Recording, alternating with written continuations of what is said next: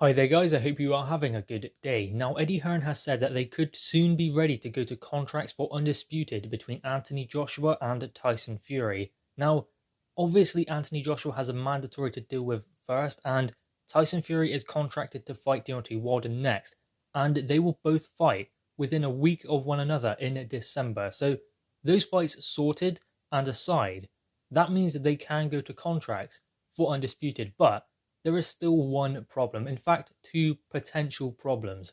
Alexander Usyk for Anthony Joshua and potentially Dillian White or Alexander Povetkin for Tyson Fury, provided he beats Deontay Wilder, because that's no given. Wilder has one big punch that can land at any moment, so we can't count out Deontay Wilder just yet. But let's assume that Tyson Fury wins that fight. After that, he will likely have a mandatory, but the thing is with that mandatory is Dillian White was promised an opportunity in early 2021, but since he has lost to Povetkin, maybe that pushes Dillian White back, which I know is not ideal for Dillian White, but maybe that is what the WBC will consider doing for their mandatory position. Now, Anthony Joshua versus Alexander Usyk, that fight will happen probably June or July, if that is the fight that Anthony Joshua has in 2021, because Eddie Hearn explained, if Anthony Joshua was to fight in December, then he would next fight in June or July 2021. So AJ is fighting in December, so that means his next fight in 2021 will be in the summer, June or July. So what's going to happen with this Usyk situation? Because Eddie Hearn explained that if they can get to contracts, then there will likely be two fights for Undisputed in 2021, which we were given to understand was the original agreement anyway, the verbal agreement that they had between Tyson Fury and Anthony Joshua for this fight. But Eddie Hearn explained that he is the only one who has put it into writing and sent it to Tyson Fury's team and Top Rank. He has not heard back from that or had anything signed, but something has been put into writing to confirm that they want this fight and they are ready to go to contracts. Now, whether they go to contracts before or after their next respected fights, I would imagine it would be after, because what's the point when you have a fight? I mean, it's not close, but it's coming up, and it will be here before we know it. So these fights are coming up. So what's the point in going to contracts now before those fights? Because we don't know what could happen, but there could be some sort of agreement in place where, say Tyson Fury beats Deontay Wilder, say Anthony Joshua beats Kubrat Pulev, then they can have a conversation and there is an agreement that they both do want the fight. At the moment, the most important thing for Anthony Joshua and Tyson Fury, and I mean the most important thing to Undisputed, is that they win their next fights. Because if they do not, then we're back to square one again. We're back to, I mean, if Deontay Wilder wins the WBC belt, then Undisputed isn't going to happen. I just don't think it will. I mean, I'm not saying Deontay Wilder doesn't want it. Well, I kind of am. But I think that is ego more than anything with Deontay Wilder.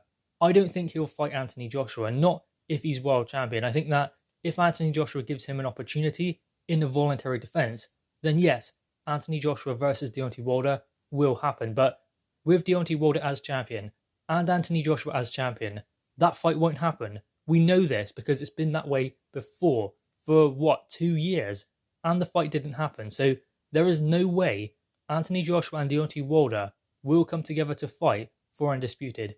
It just won't happen. If this fight happens, it must be between Anthony Joshua and Tyson Fury.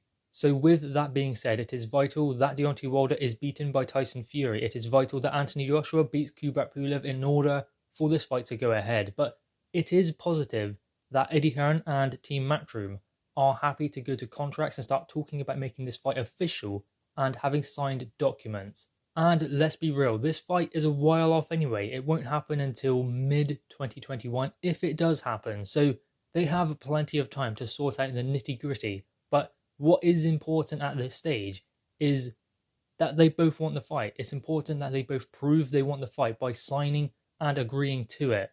Now, again, there are many force majors in place where, I mean, Alexander Usyk wants to force his position as a WBO mandatory. So that could put a spanner into the works, because he's fighting Derek Chisora now so that Anthony Joshua is free to go and fight Kubrat Pulev, his IBF mandatory. So Anthony Joshua has been given the opportunity to face his mandatories in chronological order. So the IBF came first, then the WBO.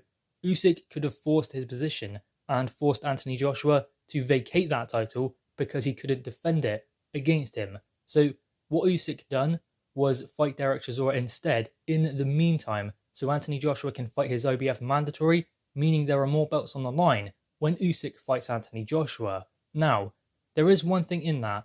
Usyk chose to go and fight Derek Chisora. Anthony Joshua did not ask for an exception from the WBO to face his IBF mandatory in Kubrat Pulev. So Anthony Joshua has not yet asked for an exception to his mandatory.